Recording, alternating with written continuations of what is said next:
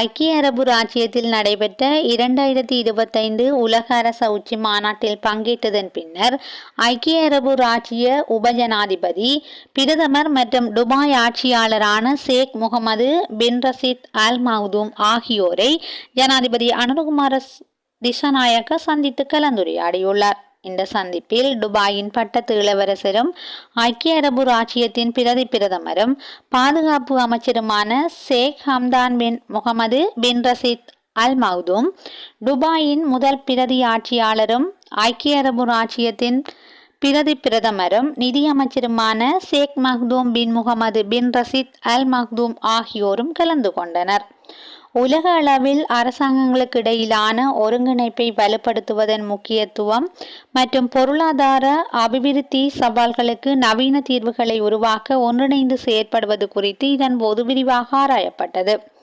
சர்வதேச கூட்டு முயற்சிகளை மேம்படுத்துவதற்கும் உலகளவில் ஆளுகை மற்றும் முக்கிய மூலோபாய துறைகளின் தலைவர்களுடன் நிபுணத்துவத்தை பகிர்ந்து கொள்வதற்கும் இலங்கை மேற்கொள்ளும் முயற்சிகள் மற்றும் அர்ப்பணிப்பை ஷேக் முகமது பாராட்டியுள்ளார். கடந்த சில ஆண்டுகளில் இருதரப்பு கூட்டு முயற்சிகளால் ஏற்பட்ட குறிப்பிடத்தக்க முன்னேற்றத்தை வலுப்படுத்துவதில் ஐக்கிய அரபு ராச்சியத்தின் ஆதரவையும் அவர் உறுதியளித்திருந்தார். இலங்கையில் முக்கியமான துறைகளின் வளர்ச்சிக்கு வழங்கிய ஆதரவுக்கு ஐக்கிய அரபு ராச்சியத்துக்கு ஜனாதிபதி நன்றி கூறியுள்ளார். இருதரப்பு உறவுகளின் விளைவாக முதலீடு, வர்த்தகம் மற்றும் சுற்றுலா துறைகளில் குறிப்பிடத்தக்க முன்னேற்றம் ஏற்பட்டுள்ளதையும் கூறியுள்ளார். அர்த்தமுள்ள சர்வதேச கூட்டு முயற்சிகளை மேம்படுத்துவதிலும் உலகளாவிய நிர்வாக நடைமுறைகளை முன்னெடுத்து செல்வதிலும் சவால்களை எதிர்கொள்வதற்கும் புதிய வாய்ப்புகளை ஆராய்வதற்கும் தேவையான நுண்ணறிவு கொண்டவர்களாக அரச தலைவர்களை மாற்றுவதற்கும் உலக அரச உச்சி மாநாடு ஆற்றிய மகத்தான பங்கினையும் பாராட்டியுள்ளார். ஐக்கிய அரபு ராச்சியத்தில் நடைபெற்ற உலக அரச உச்சி மாநாட்டின் பின்னர் அலிபாபா குழுமத்தின் இணை நிறுவன தலைவருமான ஜோசப் டி சாஜி அவர்களை ஜனாதிபதி அனுரகுமார திசாநாயக்க சந்தித்து கலந்துரையாடியுள்ளார்.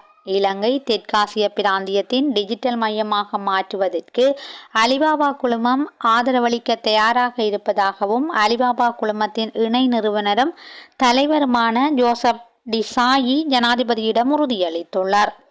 டிஜிட்டல் மயமாக்கல் எனும் செயற்கை நுண்ணறிவு தொழில்நுட்பம் தொடர்பில் அலிபாபா நிறுவனத்திற்கு சிறந்த பயிற்சி இருப்பதாகவும் அந்த அறிவை இலங்கையுடன் பகிர்ந்து கொள்ள தயாராக இருப்பதாகவும் அவர் மேலும் தெரிவித்துள்ளார்.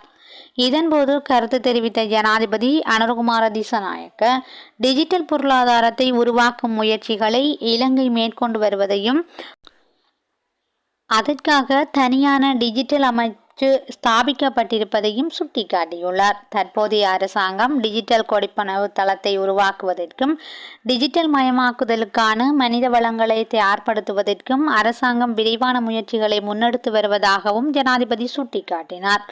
இலங்கையில் அலிபாபா குழுமத்தின் செயற்பாடுகளை விரிவுபடுத்துவது குறித்தும் விரைவான பொருளாதார அபிவிருத்தியை உருவாக்குவதற்காக உலகளாவிய விநியோக வலையமைப்பின் மையமாக இலங்கையை மாற்றுவதற்கான சாத்தியக்கூறுகள் காணப்படுகின்றமை குறித்தும் இருதரப்பினரும் கலந்துரையாடியுள்ளனர். வெளிநாட்டு அலுவல்கள், வெளிநாட்டு வேலைவாய்ப்பு மற்றும் சுற்றுலாத்துறை அமைச்சர் விஜித கேரத், மேல்மாகாண ஆளுநர் ஹனீஸ் ஜோசப் உள்ளிட்டவர்களும் இந்த கலந்துரையாடலில் இணைந்து கொண்டிருந்தனர்.